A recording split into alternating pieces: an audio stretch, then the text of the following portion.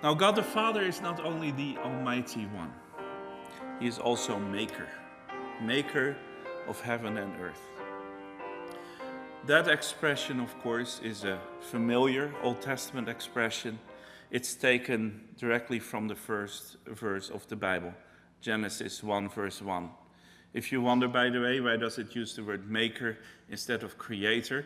That has to do with the Greek translation that the early church used of Genesis 1, where the word making is used in verse 1 of Genesis, right? In the beginning, God made the heavens and the earth. Maker, creator, means essentially the same.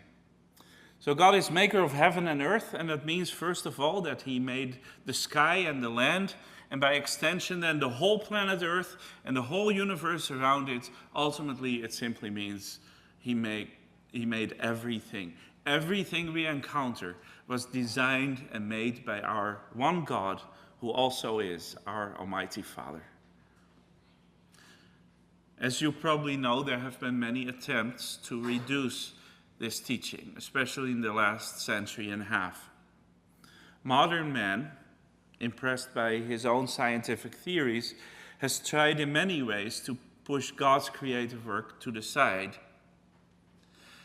But even though Genesis 1 does not explicitly say that God made everything out of nothing, the Bible does so, clearly indicates so elsewhere. Hebrews 11 verse 3, for instance, says that by faith we understand that the universe was formed at God's command, so that what is seen was not made out of what was visible.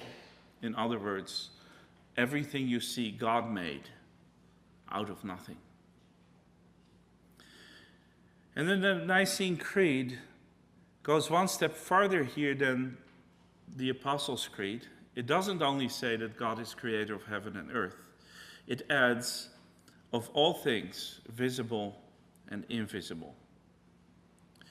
These invisible things are the spiritual world of angels and demons and whatever spiritual beings and powers there are.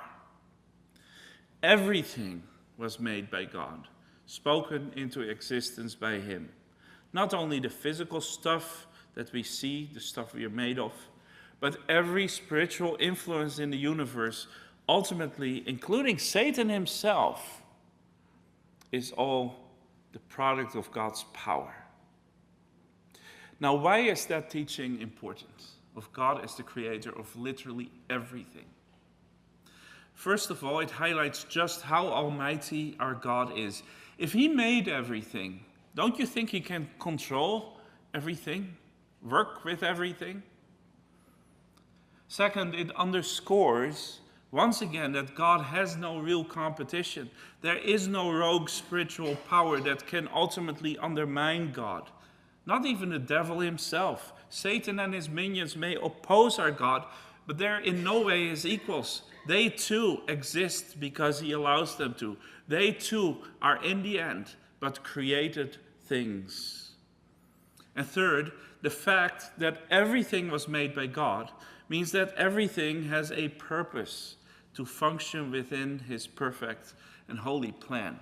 Our existence is not haphazard, it is not pointless.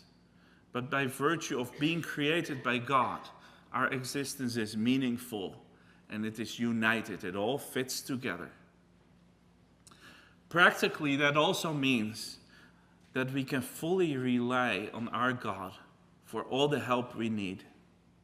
We make that link in the familiar confession of Psalm 124, verse 8. Our help is in the name of the Lord, the maker of heaven and earth. Because He is maker, we know He can help us. Where better to look for help than with the one who designed everything? Nothing can stop the plans of God, the Creator.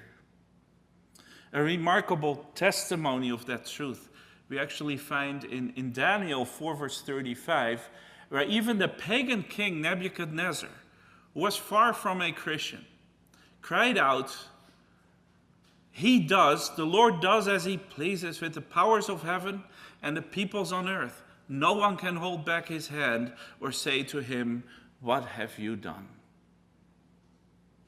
if God is the maker of everything without any competition, then we can be sure that everything must serve his purpose. As the Heidelberg Catechism says, therefore we receive all things, good and bad, from his fatherly hand, because all natural processes are under his purview. It makes sense to ask him for our daily bread, to ask him for everything we need for our lives, physically and spiritually. Because our Almighty Father is the designer and governor, even of the invisible things, we can embrace the teaching of Hebrews 1 verse 14, that even the most glorious heavenly beings, that even all angels are ministering spirits whom the Lord sends to serve those who will inherit salvation. The whole spiritual world is put in service of us as the Church of Christ, as the children he loves. With such a great God, the only one, the Almighty Father and maker of all things, we can be safe and confident. And that's only the beginning of what we confess in the Nicene Creed. This is only the first short article of the Creed. Just wait till we get to the most glorious truth, that this one great Father also has an equally great Son.